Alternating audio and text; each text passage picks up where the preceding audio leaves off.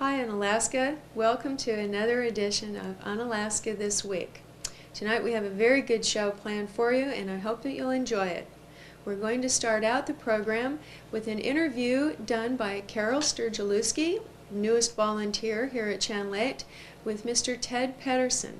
Ted has been visiting Unalaska for the past week and I hope he's still enjoying his stay here.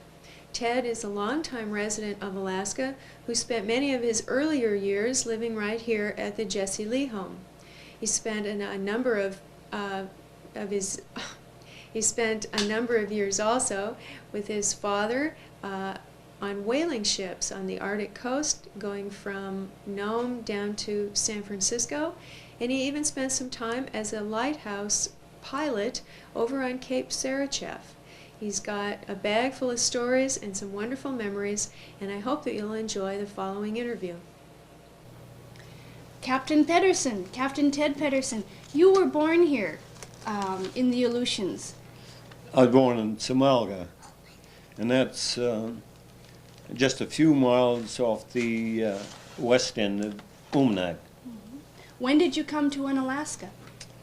About 1906. How old were you? A year. Tell us about your family. My family? Mm-hmm. Well, I never knew my mother.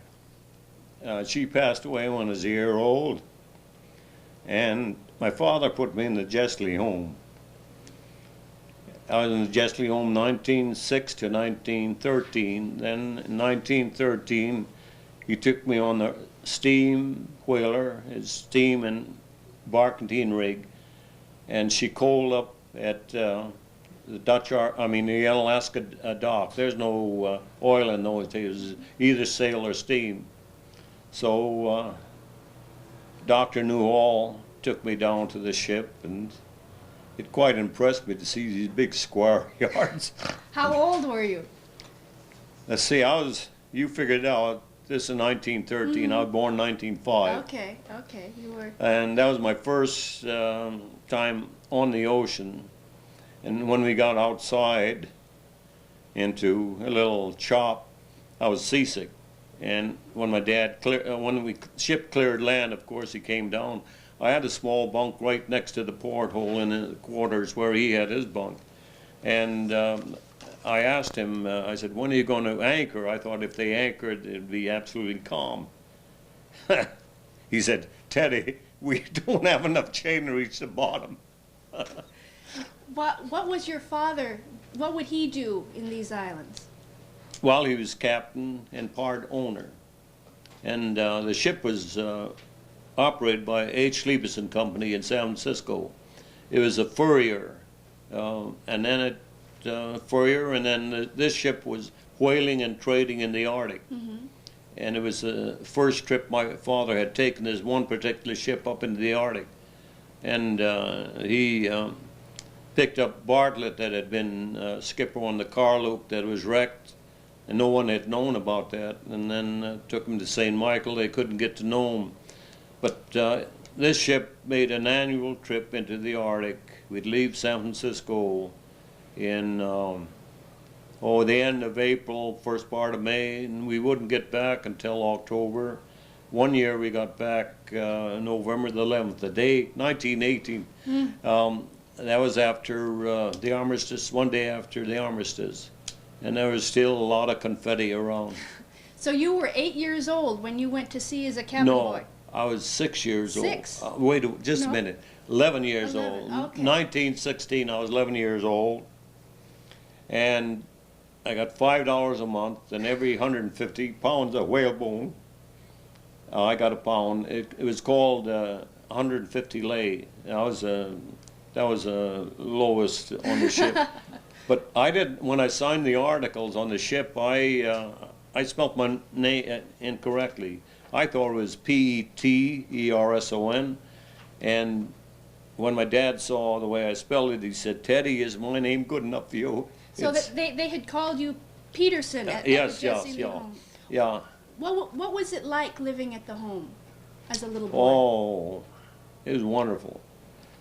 When I first went there, Dr. Newhall, not Dr. Newhall, Dr. Spence and Mrs. Spence were in charge. and they took me into their quarters. I was so small, just a year old, and then later on they left, and Dr. Newhall came, and I remember 1912, Katmai exploded, and then the Titanic sank, and I broke my leg sliding down the hill. Sliding down which hill? Hill back of the home, right across from the graveyard, Yeah. and we'd slide down there and go onto the lake. Well, Hilla Lee was steering the sled, and I was in front, and there were two other boys back of me. Instead of going down the regular slide, she made a turn to the left, and then we went down this bluff. And when I got out of the creek, sled went right into this creek. When I got out of the creek, I tried to stand up, and I had no leg. And I remember they put me on a sled and towed me to the boys' house and put me on a table, and everybody went to supper, and the bone was sticking out, really. Oh. And they ate? Oh, they had supper, and then they came back, and Dr. Newhall put me in the little hospital. They had 3 beds in there, and then all they did was lay me in the bed and put a board under. No medication. I remember I cried, but I don't remember the pain. And then left me there all night, and Dr. Newhall would come when I cried, and he shifted me around a little bit, and he had a white nightgown, and he had a tassel on his nightcap. Yeah. And next morning, the Miss Supernord, she was one of the matrons at the girls' out, they came over and gave me ether. And I was quite sick after I came to, I remember that. But I was quite a hero, because the girls would come over and look in the window at me. Now, Benny Benson and Simeon Oliver were there at They the were in same the time. home. Benny Benson, Simeon Oliver, I remember he was a musician. They were teaching him to play the piano, and if there had any guests, they would have him go and play the piano in the girls' house. And Benny Leonard came a year before I left, and the boys all had work to do, and I was putting a sole on a shoe. You had a little metal stand with a shoe, whatever, to hold the shoe, and I was trimming the leather, and my knife slipped, and I jammed my leg. And Benny Leonard, really, I went into my thigh. I still have a blue scar there, and he was there, and he thought that was something. He laughed. Now, your mother's family lived here in Unalaska. Yeah, my grandfather was a deacon in a Russian church. And they lived right next to the church. And Nikifor Diakonov. Is that right? Nikifor Diakonov. Okay. You know, that was his name. He was a dignified old chap. He used to tease me. I remember that seriously, and I took everything for granted, you know. And they would take me from the home occasionally, like on Easter, and then have me for a day or two.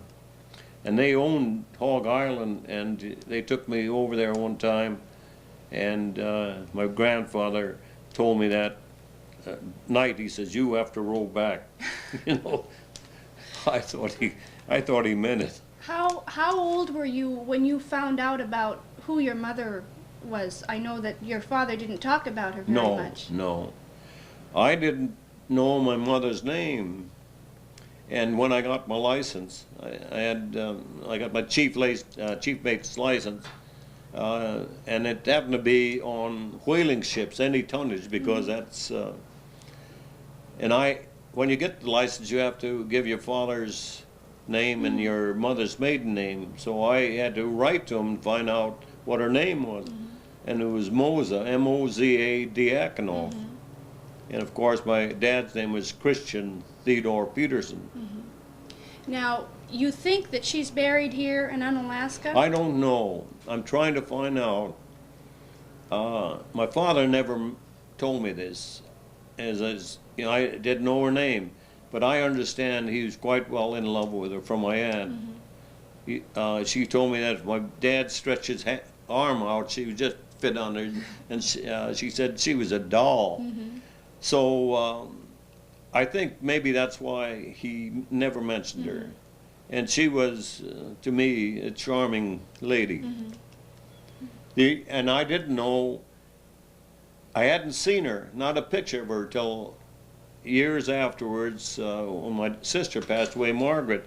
Her son had a picture of her, and Margaret is sitting on her, standing on the right side, and I'm on the lap of my mother, and she has her arm around me, and that's the first time. And then when I saw the picture, I said, now I belong to somebody. Yeah. Oh, dear. What, now your grandfather is buried Yes, in the Russian yes. Orthodox churchyard Yes. here, and your mother died when you were a year old, and then your father married Henry Swanson's Henry mother. Swanson, yes. Okay. And so there are lots of Pedersons. Yeah. Yeah, Henry, he married, I don't know, Sophie. Sophie Swanson was Henry's mother's name, and my dad married her. And they had 4 or 5 children. Yes, is and that they right? took them to San Francisco. Yeah, they were in San Francisco. Henry lived in the same house. He joined the Navy, World War I remember that. And I went over to Goat Island one time. But I was in the 3rd grade in grammar school. And I remember in 1915, the World's Fair in Frisco, and our class went down to the fairgrounds, and Thomas Edison they took us into this auditorium where Thomas Edison was speaking. After he spoke, he came to the edge of the, what do you call it, podium, and shook hands with all. So I shook hands with Thomas Edison in 1915. That San Francisco must have been a big switch from Unalaska for a little boy. Yeah, to come off the ship, I had never seen an electric light, and then go on a streetcar. And then I remember going along in the streetcar and seeing all these big windows and people and everything. I had never seen it. And in fact, in those days, Frisco still had a lot horse and buggy. There's so very few cars in 1915. And the Waterfront, they had these big low dray wagons with 4 to 6 horses, and it was all cobblestones in Frisco. And every night, the man with a torch would go along and light the lights. And then there's so many horses. They had a vegetable man, a fish man. Every Friday there'd be fish man going the street blowing a horn, and the vegetables came right to your door. And I remember the bread people's bread, they'd deliver right at your door for 10 cents a loaf, a big loaf of bread for 10 cents. It costs a lot more than that now. Now, but you came back to Unalaska every year on the way. Well, the yeah, I Arctic? made 5 consecutive trips on the Herman. The first was cabin boy, and then the next year I became storekeeper, and I was storekeeper for 4 consecutive trips. And the trips were, as I told you, from anywhere from the end of April to November. And the ship would be stocked with supplies. My dad knew what was needed in the Arctic. There was everything, clothing and socks, stockings, women underwear, calico, and that was my job to take care of. Traps, guns, ammunition, everything that was required for living up here. And then beside the food stuff, the hole was just loaded with flour and cockle, that's hardtack. Oh, hundreds, well, over hundreds cases, 16-pound boxes of hardtack. You told me that you paid for skins with hardtack. Yeah. How much hardtack for one fox? Oh, well, in those days, fox skins were worth, well, it started out $12 in 1916. It went up to 20 before we left. But it was in trade, and my dad would sit there on his couch, and the Eskimos would bring the foxes in. He'd just pick one up and shake it, and sometimes blow into it, and throw it aside into his bedroom. By the time we got through trade, it'd be a big stack of, but that was all in trade. And if they had flour, hardtack, or whatever out of the hole, you just give them a slip and go with the mate. But if they wanted calico or all that sort of thing, that was up for me to give to them. Now you'd trade on the way up the coast and then whale on the way back? No, No? we traded all the way to Herschel Island, and we landed Eskimos at Banks Land in 1960. We couldn't pick them off till 1919 because of the ice. And they were loaded with fox. They had fox, polar bear, and seal skins. Banks Land is a rich country. And there's no one there then. So after this 1919, natives from Northwest Territory just flocked there. Then I won't tell you about that, how it is now. But what else you want to know? Now, what was Unalaska was a coaling station? Just a in coaling those days? station, yeah. What was it like here? Well, you had the coaling dock, and they had Itchminoff, the chief, ran the donkey engine. They took these two-wheel carts up this ramp and dumped it in the coal yard. And then when they took coal, they took it from the deck of the warehouse and then on two-wheel carts and took it to the ships, and they dumped the coal there. So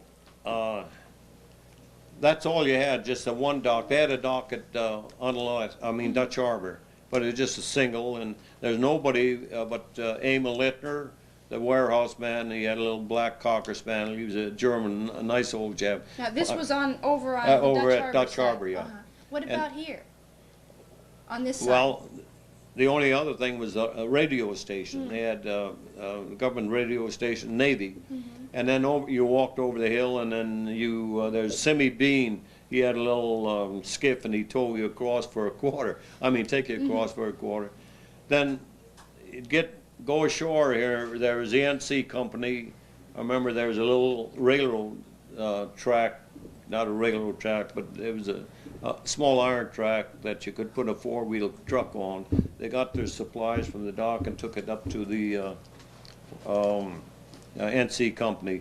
And then right in front of the NC Company there was a flagpole, and they had 5 or 6 Russian cannons, small cannons. They're disappeared.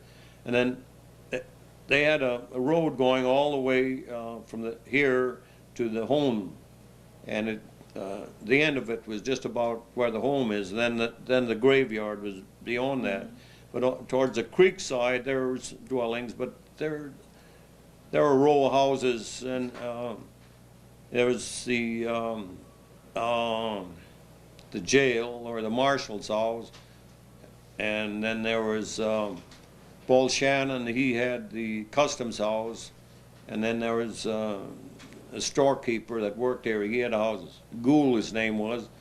And then there was a school, and then there was a Jestley home. That was the end of the line. Now, I know that over the years you've been back just passing through many times on the mailboat expansion and later as a ship's pilot. What are you doing on this trip here in Unalaska? I'm trying to do... See, after I left my dad, I joined the Lighthouse Service in 1927.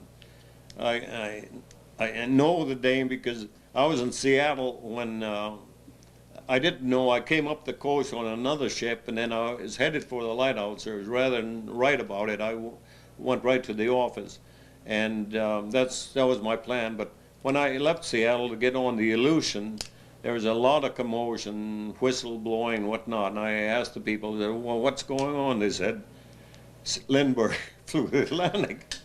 That was in May 1927. So I came up to the Lighthouse, I joined the Lighthouse Service, and I had come up the coast. I was in California, Los Angeles, and Peter all winter, and I like to put on apparel. So I had golf socks and knickers. So when I came up, and I wore that on the ship, on the Aleutian, and then when I got to Ketchikan, I applied for one of the light stations on Unimac because I knew those light stations, but there were no vacancy, but they said they needed a crew down on the ship. So I went down to the ship, and the quartermaster, I asked him for the mate, and the mate came on deck, and I said, I understand you're shipping a couple men, and he looked at me in gold socks and knickers. He said, where in the hell do you ever go to sea? He didn't know you yet. No. So you were at the lighthouse at Cape St. Cape Elias. St. Elias for 2 years. And then at Cape Sarashep. Then see, you're on 3 years and you get off pay. And they supply the station, Westwood Station, once a year. And then they, after 3 years, you get a year off with pay. You're getting your holidays and all that. And it's really nice to have a whole year travel around with pay. So I was 2 years there, and I transferred out to Sarachip. Then I went on leave and then came back. For another 3 years. Yeah.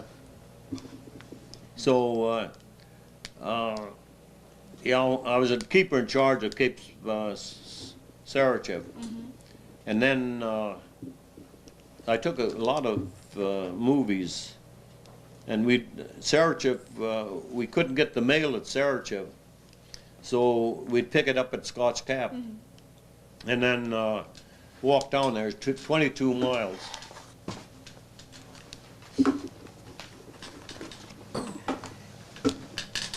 Got a problem. So, yeah, the last 1930, there was a big Japanese wreck at Cape Scotch Cap. So I walked down there, and I got the ship's bell and the compass. It was about a 7,500-ton Japanese ship, and she broke up that night, and the after part went down and disappeared, even the mast, and this tidal wave that destroyed the station that had 5 men in, that's what I wanted to film, because I have this other film of how it used to be.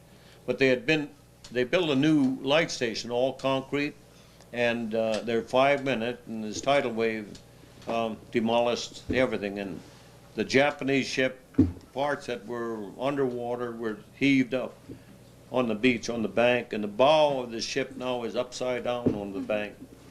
And all that's left of the light station is just the foundation of the 3 buildings, and then part of the big new brick lighthouse.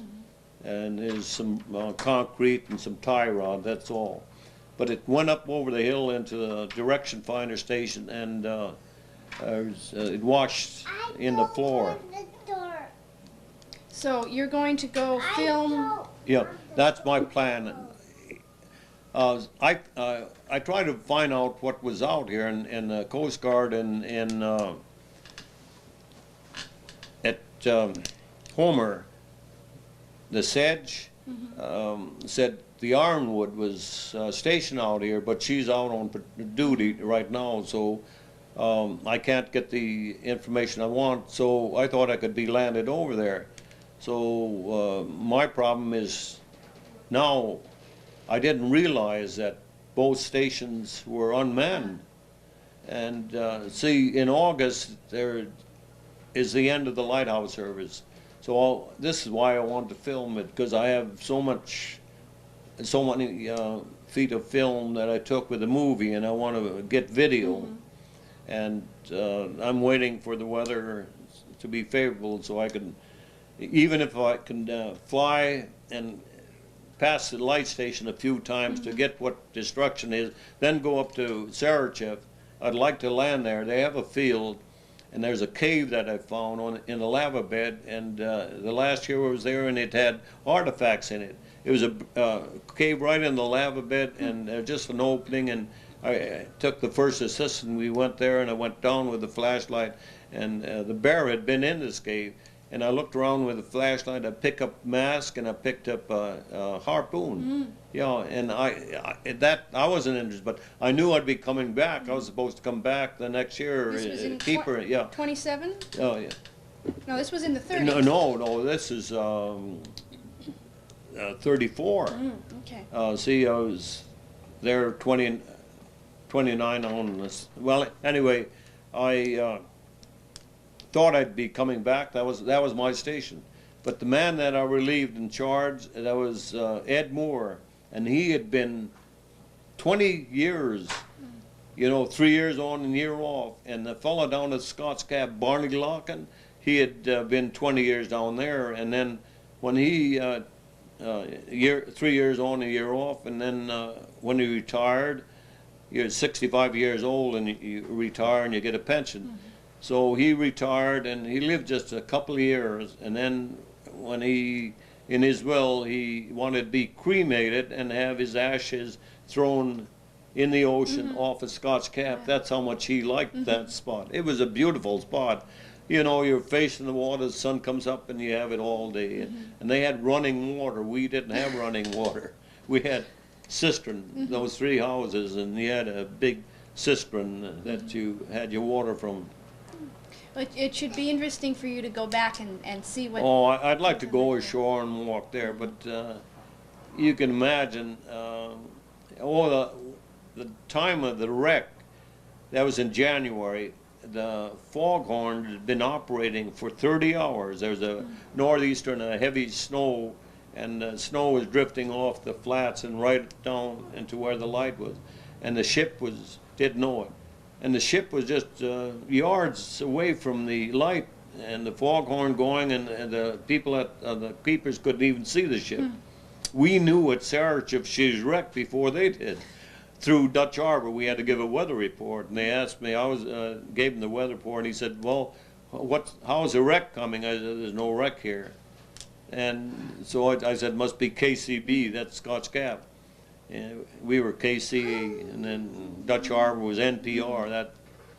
We had to give the weather every day. So I hiked down there, and just as I got down there, there's another ship offshore that was picking up the crew, and they had used the 2 lifeboats they had on the ship to take the crew out. And I watched them. When they got aboard this other ship, and she had quite a list because she was iced down. She had a starboard list. So they just cast the boats adrift, and here we went aboard. Cleddy and Oscar and myself, we went aboard, and I remember Oscar, he was all excited. I went to the skipper's room first, and there was a lot of stuff. I got one of his coats. He had a coat with 4 braids on it, you know.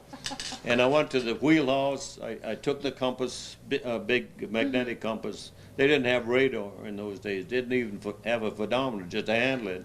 And I got the compass, and I got the ship's bell. Mm-hmm. You know where the ship's bell went to. I know where the ship's bell is. Yeah. So then when we came ashore, I had the keeper, Barney Locken, take a picture of us holding the ship's bell. Mm-hmm. So that's why I want to go back, and I'd really like to go ashore. Well, I hope the weather cooperates for you. I hope so. But gee, it's hard to imagine. Oh, one of the keepers, Oscar, I saw him in the Marine Hospital later, and he had joined the Coast Guard. When the Coast Guard took over, you had privilege to join, and I could have joined, but I wasn't interested in getting into the Coast Guard. So I saw Oscar in the Marine Hospital shortly before he passed away, and I couldn't quite feature him being as sick as he was. He was just pale in eyes. I talked about Scotch Cap and tried to reminisce, and he just kept staring at me, and I said, "Oscar, I never knew Scotch Cap would be washed away by the tidal wave." And all he had said after about 10 minutes, 15 minutes of talking, he says, "Anything can happen." So anything can happen. Anything can happen. Well, Ted, thanks very much. No. I hope everything. You have a nice smile. How's that? Okay. Thank you, Carol, and thank you, Ted, and a special thanks to Ben for everything that he added to that interview. Now we're going to go to last weekend, where Unalaska was honored by a visit by 4 Russian visitors that were here from Moscow. And these weren't your typical Russian sailors that we see here. These were gentlemen from the editorial staff of the Patriarchal Journal out of Moscow. The visitors included Father Archimandrite Innocent, Deacon Ivan Saroda, Michael Cherbichev, and Victor Saitsev. These gentlemen were here for Friday evening, where they assisted in a Thanksgiving service and a special service for the dead at the Russian Orthodox Church. On Saturday, they were here for evening vespers, and on Sunday, they also assisted with the Sunday Divine Liturgy. They were treated to a community potluck dinner Friday night at the roller rink, and we also have highlights of that. Their visit preceded a visit in several weeks by the great-great-great-grandson of Inokante Viamanov, who helped to build and found the church here in Unalaska, and who was also very instrumental in helping to put the Aleut language into written word. I'm sure that when his grandson is here, we'll be able to get a lot more information about his life. So we take you now to last weekend.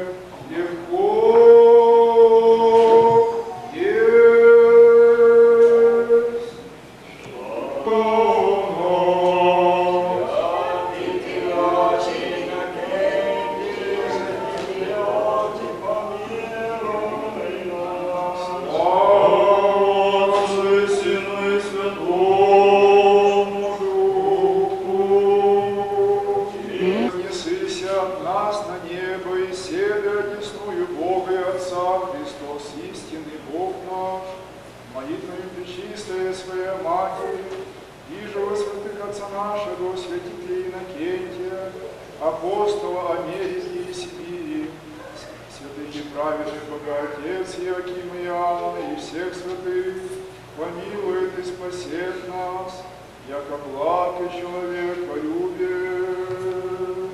Asked for already 100 years.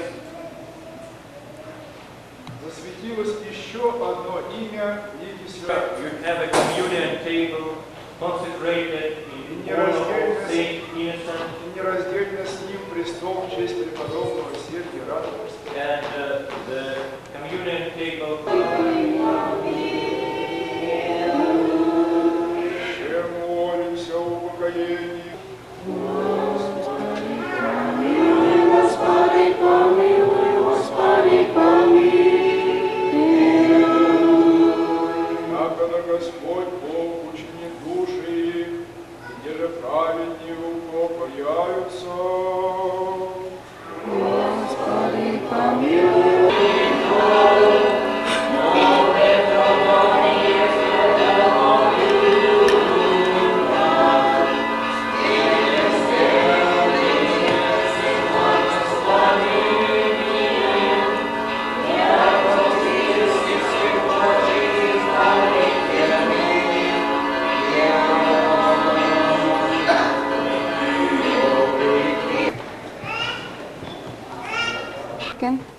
It's so close, huh?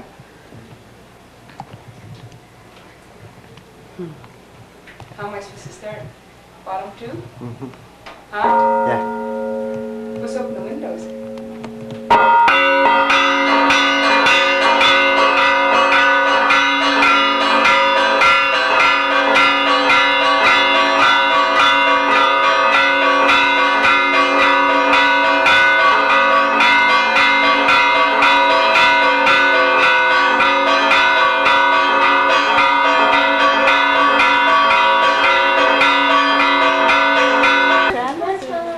I don't know. My camera.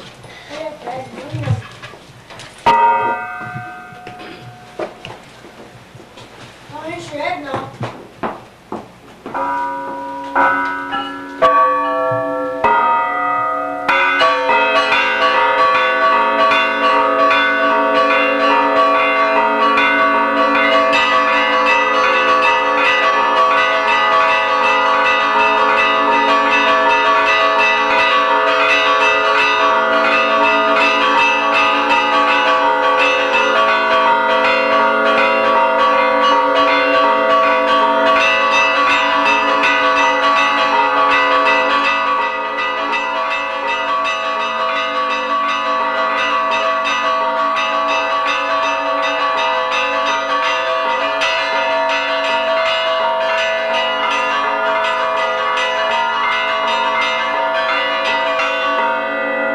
They're probably taking pictures, huh?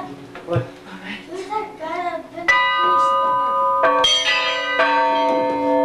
Careful, Timmy, you'll fall through over here. Dottie, he'll fall through over here. The floor's rough.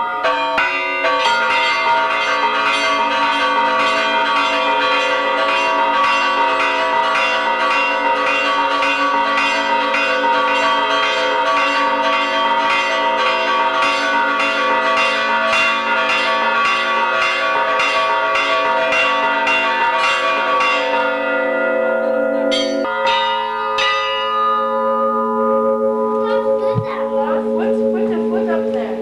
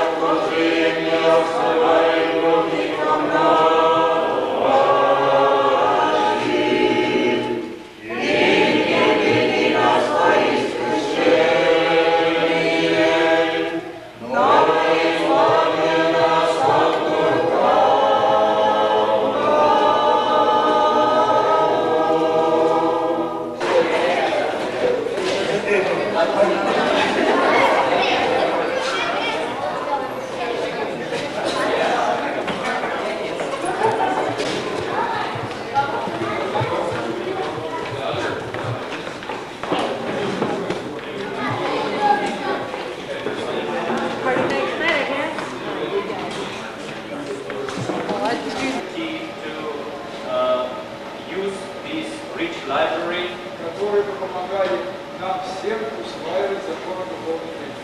The books which would be helpful for us to get acquainted better with the gods at your disposal. А этот символический дар, And this symbolic связанный gift с крещением Руси, connected with the baptism of в Russia, нашем взаимодействии я хотел вас стать we губернатором. would like to present with it Mr. Fuss. Всего вам доброго. God bless you.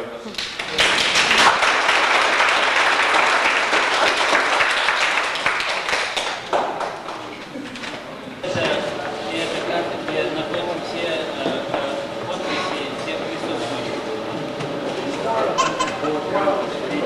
И это 4 для каждого календаря. Спасибо вам.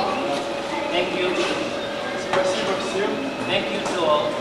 Когда я сидел здесь, по моему мысленному взору относилась картина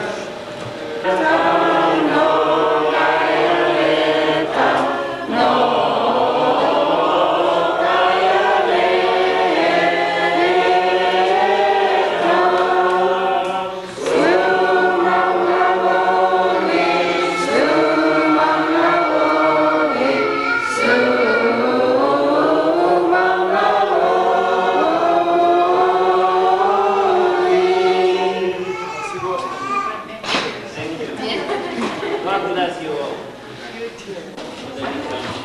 And it's from Unalaska, Alaska. And it says flower, but forget me not, so you'll always remember your trip to Alaska. И с красками нашего флага, с тем, чтобы вы не забывали о have you. Thank you.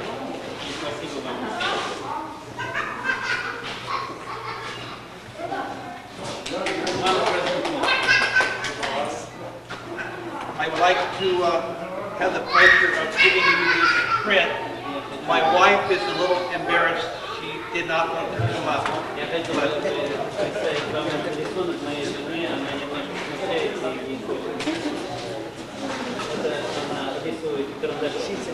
But as a small token of Christina Rogers and the community, that you might take this home with you.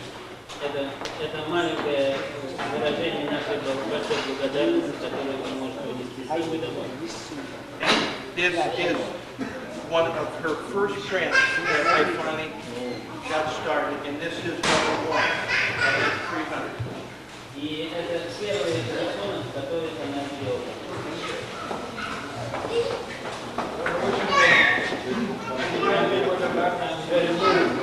Please tell my registers if you write her name, I will remember always in my prayers her name.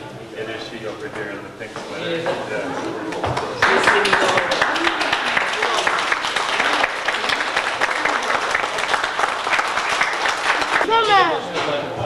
Она написала ваш портрет, и она пришлет вам домой. He will be very moved. He is moved.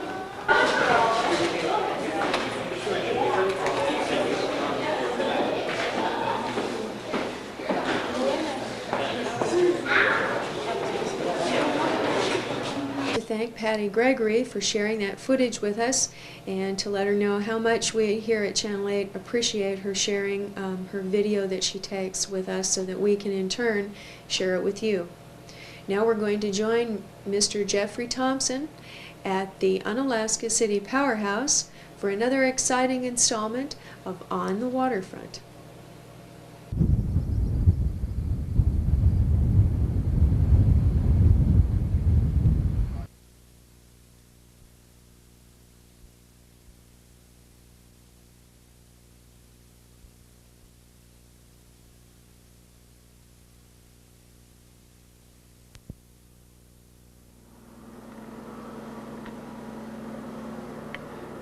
Good evening, and welcome to yet another edition of On the Waterfront. Well, we're here on the shore of Dutch Harbor today, and I'm standing next to one of the most substantial buildings, certainly in the Aleutians. That, of course, being the Powerhouse. I'm here today with the Powerhouse operator, Jim Fitch. Jim, why don't you come over here and help me tell the folks about the Powerhouse here. You can hold that for a second. I got a couple of pictures I want to show first.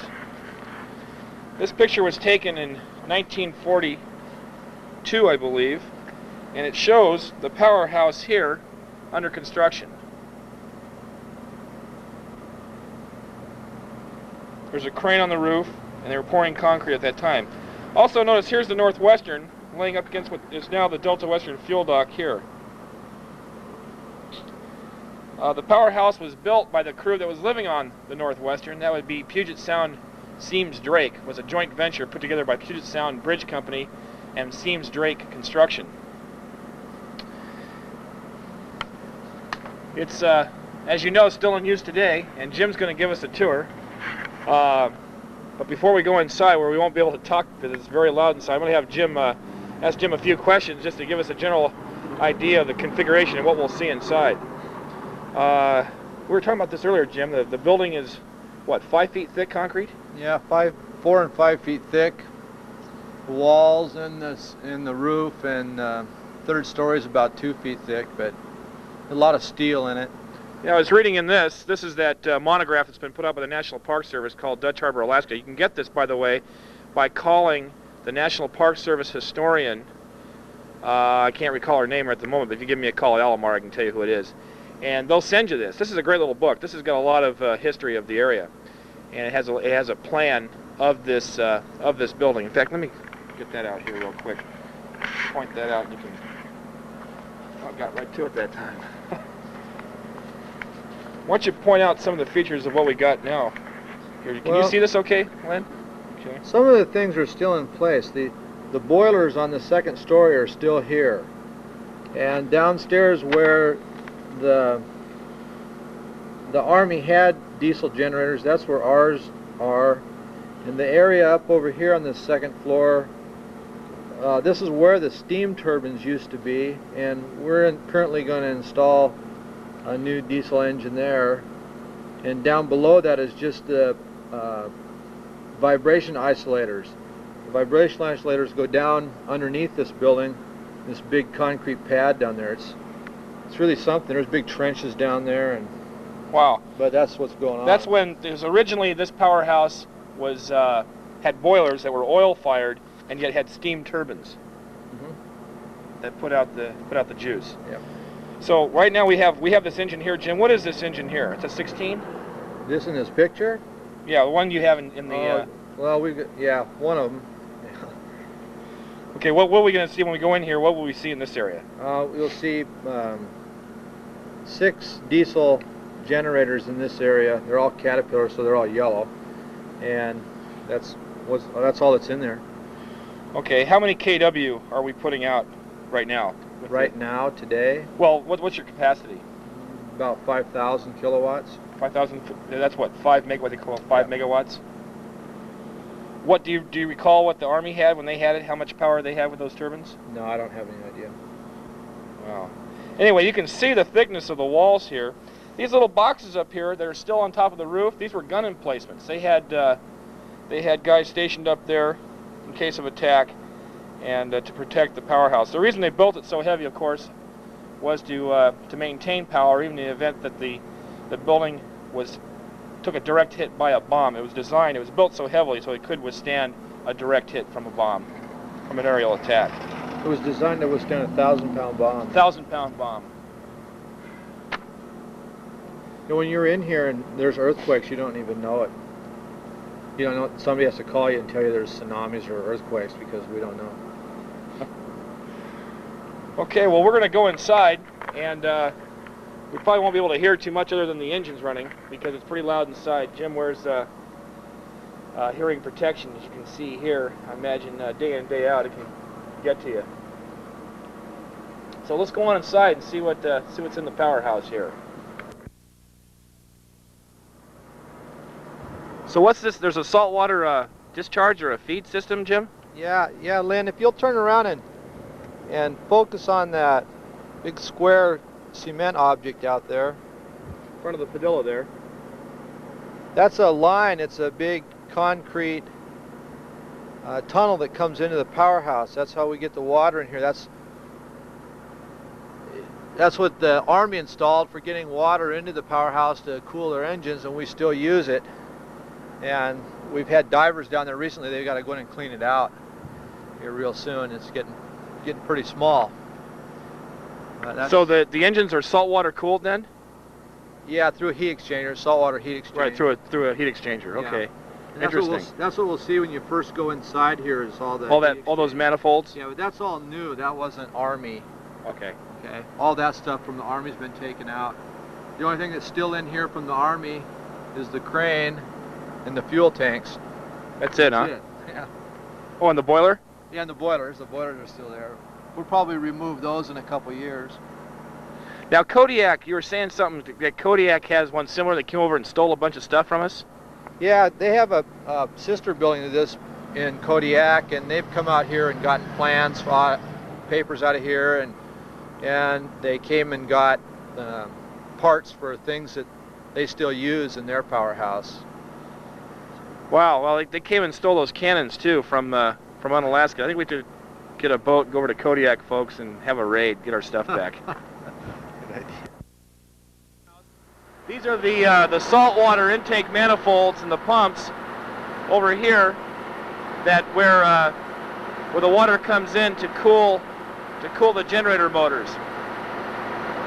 As Jim was saying, this is all recent installation. This isn't left over from the war or anything, but it was the same kind of system they used to cool the steam turbines that were here initially. Lynn, why don't you follow that pipe up to the next floor so you can see the thickness of the concrete. through the next floor. You can see where they've cut through to put that pipe through. You can see how substantial this building really is. That's a good 6 inches of concrete just for the floor and the interior there.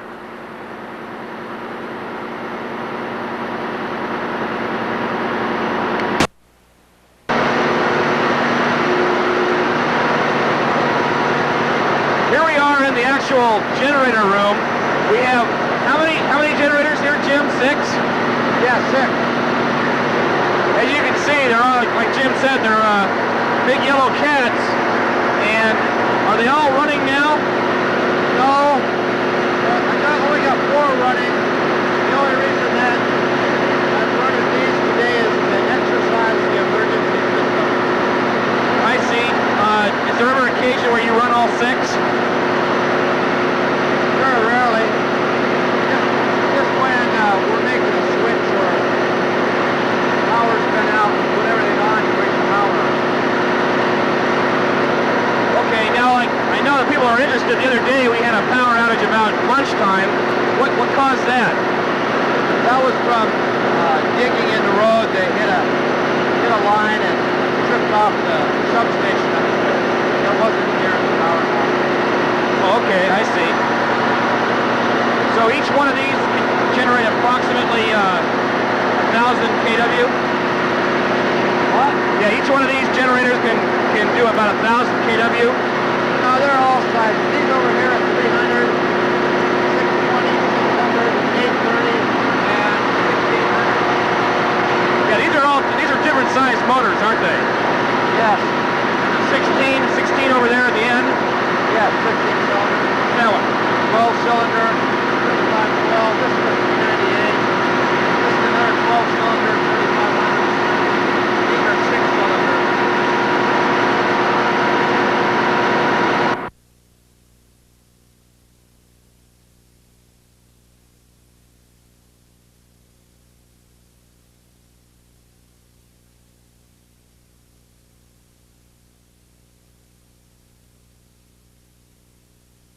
Jim and I are now up in the boiler room. Again, I'll show you on the schematic here. Right up here, the second floor of the powerhouse. And we're here with the old boilers. These are old water tube, Babcock and Wilcox stationary boilers, you know, antiques in themselves. I noticed this sign here, Jim, about asbestos. What do you got, some asbestos in these boilers? Well, during the war, all the insulation was asbestos. And these boilers are lined with asbestos as well as all the vessels around the deaerators, and all the piping was asbestos. So we had some of it removed and the rest of it's just all sealed up. We have to have inspections regularly, and they come in and test the air and make sure that it's okay for us to be here. I imagine as long as you don't disturb it, you're pretty much okay. Yeah, there's a crew that comes out from Anchorage and they remove it periodically. Okay, great. Yeah, these are tremendous boilers. I imagine they were able to turn quite a bit of turbine back when the Army had it. I said there's probably a lot of steam coming out of these guys once upon a time. Yeah, I would all bet. We're on the side of one of the boilers here. This is would be a manhole for Babcock and Wilcox. Right. The B&W, of course, stands for Babcock and Wilcox. But someone would have to climb in here once upon a time to clean the tubes. As with all boilers, they would suit up, and eventually a guy would have to get in, an engineer, and clean out the tubes. A real pleasant job, to be sure. These boilers could probably work. You could probably rework them and start them up. They're in that good a condition? They're not that deteriorated. They just look rough, but they're good boilers. Well, if we ever go back to steam, we have the boilers. Well, we're now again on the second floor above the generator room. You can see the big 16-cylinder Cat engine down below, and you can see these stanchions, these stands, where there were turbines once mounted on this floor. These would have been the steam turbines that turned gensets for the Army. Those are isolation dampeners, which go into the foundation, which supported the turbines and isolated the vibration of them from the rest of the building. This is quite a large room, Jim. Yep. That's where that engine's going to sit over there. Okay, where that steel's laying out, that's I guess going to be the new engine bed? Yeah, that's a vibration isolator. Oh, let's go over and check that out.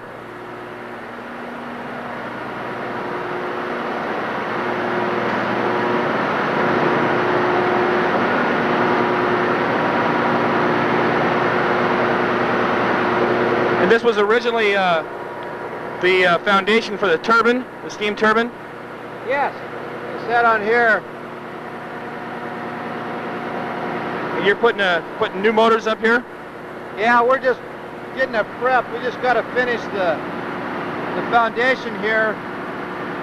When they poured this, it's not as level as you would like it to be, so we have to do a little concrete work on here to smooth it out. Some steel. We want it to be flat. Okay, and how large an engine is going here?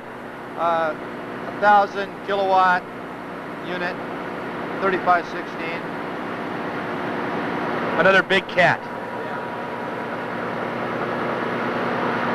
How about the rest of the room up here? What's over where those windows are? Oh, that's a break room. The stuff in the windows is just insulation from the sound.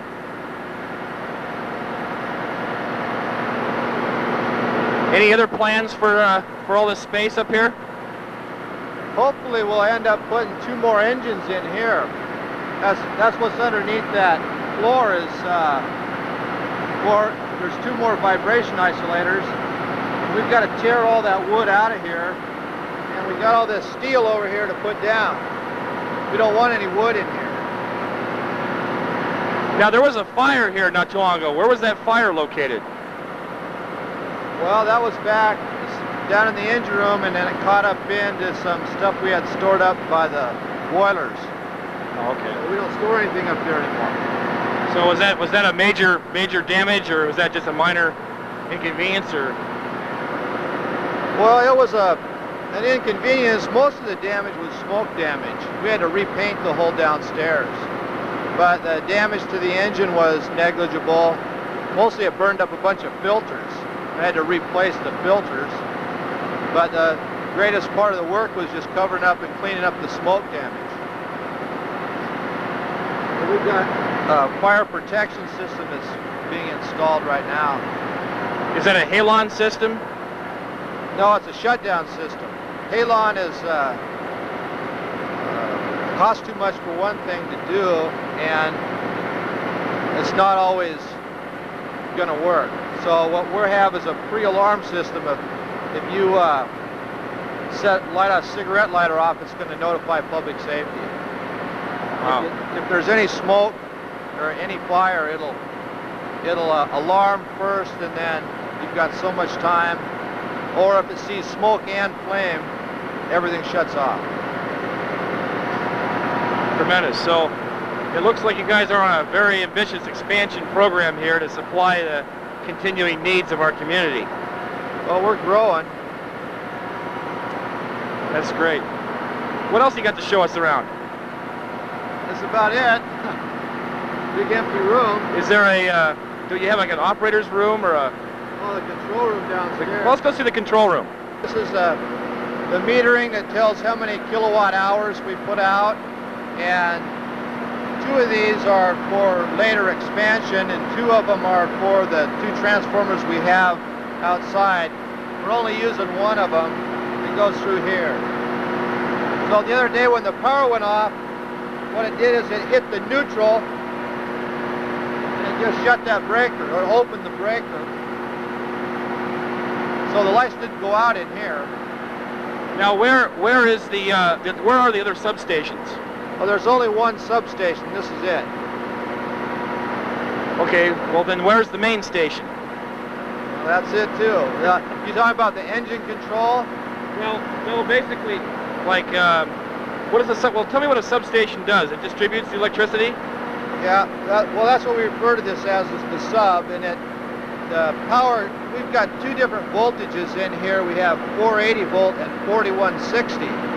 And so the 480 volt goes out to a transformer, then is stepped up to 4160, comes back in and comes to the sub so it can all be metered through here.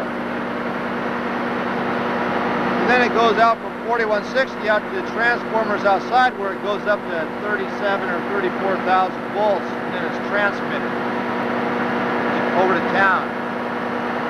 Wow, and then it gets to some place where it's stepped down again to working voltage? Yep.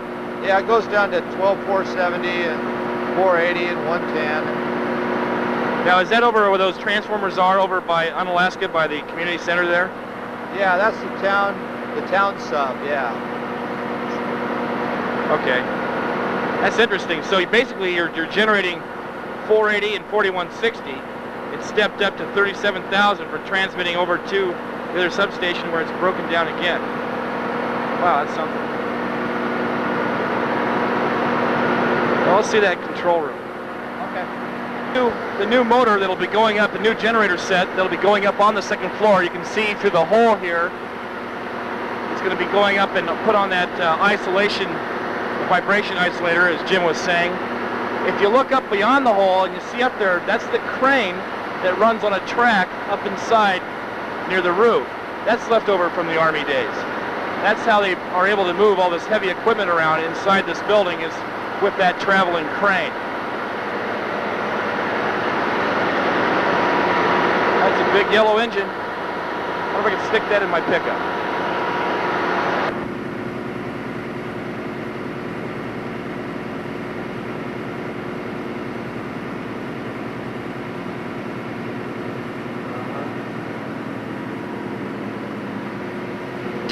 Well, we're here in the control room, and each one of these panels are the engine controls for the generator sets that are out there currently running. Here, this is Unit 2. Unit 2 is not running. Here's Unit 1. Unit 1 is running, and shows the breaker control is closed. That means that they are taking power. And up here you can see the engine is turning 1203 RPM, 1204, 1203 RPM. We have ammeters and voltmeters, all kinds of gauges and controls. A lot of it automated for our powerhouse. Looks very sophisticated, much more so than I initially thought. I'm glad we're on this tour today. Oh, we got a little TV screen over here, Lynn. Let's see what this is.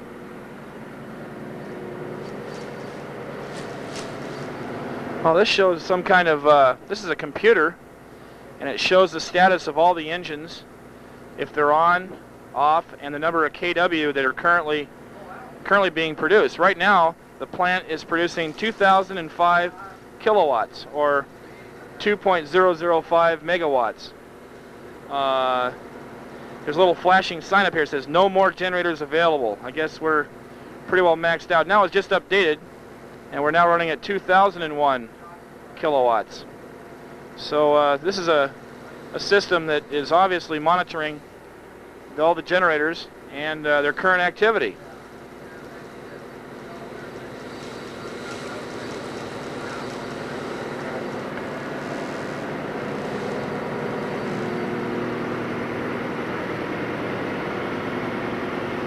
Well, from the look of it here, these guys have been very busy with the powerhouse, keeping it running and adding the additions and improvements.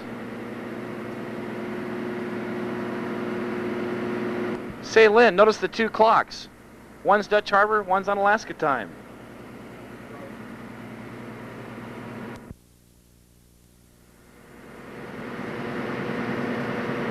Jim, this control room is a lot more pleasant as far as the noise level. Why is it, how is it so much more quieter in here? Lead. We lead lined these walls and put sound insulation in there, and when I first came here it was just about as noisy in here as it was out in the plant, and then we just couldn't tolerate it, so we used sheet lead. It just rolls out like tinfoil, but it's lead, or Yeah, like tin. It was lead. You just glue it on to wood, and then you put it up, and then you have to cover that for fire protection. And it really helps. It's a big difference. Yeah, it's not bad in here at all. Tell me the story on the two clocks here, Jim. The Dutch Harbor clock and the Unalaska clock? Yeah. Well, the Unalaska clock is a battery operated, and the electric clock, the other clock, the Dutch Harbor clock, is plugged into the electric system. And the reason we do that is to keep track of the time, because you can drift off. They have what they call exact frequency meters, which every 15 seconds look at the frequency to make sure we stay on 60 cycles. Exactly. Exactly. But see, as load comes on or somebody's processing, when you get hit with load, it affects the frequency. It'll slow down or it'll speed up, and it bounces around a little bit. So over time you can get off. So how we do that is by comparing the electric to a battery operated clock, and then once a week I call and make sure that both clocks are right. So. Well, while you're on the phone, we went over and looked at the computer that shows all the status of the engines and the number of kW you're putting out currently, and the frequency meter showing pretty much 60 cycles. I guess on American electricity, 60 cycles, that's 60 cycles of current per second, right? Isn't that what that means? Yeah. Yeah. Good. I'm trying to remember my basic electricity, or otherwise known as hertz. Yeah. This is great. This is great. So you like working here then, huh? Yeah. Yeah, I like it a lot. Oh, good. Good. You don't get too much complaints when the electricity goes off? Oh yeah. Phones ring. Yeah. Everybody calls, wants to know when the power's going to be back on and what's the matter. But that's okay. Well, seeing how sophisticated it is down here, I can understand how there could be a few problems. Maybe you'd be a little more sympathetic next time you have a problem. Yeah. Well, people are pretty good in general. We have got a few obscene phone calls, you know, but it's pretty funny. Wrong time of the day, you know. Like right before dinner when the power goes out, that's not the thing to do. So. Doesn't matter much 2 in the morning. No. You don't get complaints then. Just public safety. Jim, thanks very much for the tour. That was great. And if you have any more questions about the powerhouse or want to know more, you can get a hold of Jim here at the powerhouse, and Don't call here. Call Rita at 581-1260. And they'll answer all your questions for you. Thanks for joining us on the Waterfront. Hi, Jeff Thompson again with Mark Sweeney, and we're here on the Delta Western dock, and we've got an update on the Northwestern controversy, the continuing saga, and is it in fact the Northwestern that sits out there? And we have almost proof inconclusive that it is. Here, I got this picture. This is again from my book on Dutch Harbor that you can get from the National Park Service. I recommend you send away for it. It's free. And this picture, again, 1942. Here is the Northwestern. This is the Delta Western dock here. The ship missed the dock and grounded up here where she was a barrack ship during construction phases of the bases here during World War II. She laid right here on the shore here, right off the Delta Western dock, where the softball field used to be. And she was, again, a barrack ship for the construction workers that were here. Now, when I did my last broadcast about showing you the hull and the little details of the hull, why I thought it was the Northwestern, Mark Sweeney here gave me a call and said, hey, if you go around the other side of the bow, it says Northwestern right on it. Well, I hadn't done that because it's kind of shallow water there. But better yet, Mark has a book here that shows the Northwestern after she was bombed in Captain's Bay. This is where she lays now, in Captain's Bay, this photograph. This is by a book by a guy by the name of Jim Gibbs, who's a famous Pacific Northwest maritime historian. This picture here also shows the Northwestern in her glory days, when she used to run up here and went to Nome and all over. And as Mark pointed out, this book is called Peril at Sea, has a lot of details about the Northwestern. She grounded something like, what, 18 times? Yeah. And, but you know, that's what happens when you run up here for 40 odd years. Show them the cover of that there. Yeah. Very interesting book. So we can let these guys, Erwin Thompson wrote this book, and that Stan Cohen wrote that volume 2 of Forgotten War, which is a great book. It's got a lot of good stuff in it. But that ship in Captain's Bay is the northwestern. So I want to thank Mark for giving us more evidence to that effect, and if anybody out there doesn't agree with us, please give us a call. Thank you. Tonight's program, we hope that you've enjoyed it, and we hope that you will continue watching Channel 8. I would like to thank my camera assistant tonight, Sogo Matsumoto, for helping to film this. Stay tuned and keep watching Channel 8. Cut. Work this time.